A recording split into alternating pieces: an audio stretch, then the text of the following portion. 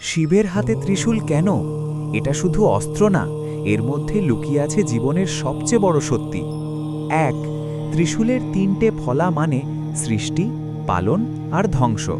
ব্রহ্মা বানান, বিষ্ণু রক্ষা করেন, শিব শেষ করেন। এই ৩টে শক্তি একসাথে ধরে আছেন শিব, একাই। ২. ত্রিশূলের ৩ ফলা মানে অতীত, বর্তমান আর ভবিষ্যৎ। শিব ৩ কালের মালিক, তিনি সময়ের বাইরে থাকেন।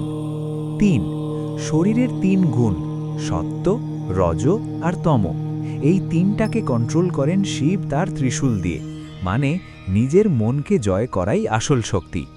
সবচেয়ে বড় কথা কি, ত্রিশূল আসলে বলছে জীবনে ৩টে জিনিস লাগবেই: জ্ঞান, ইচ্ছা আর কর্ম। এই ৩টে একসাথে থাকলে তুমিও অজেয়।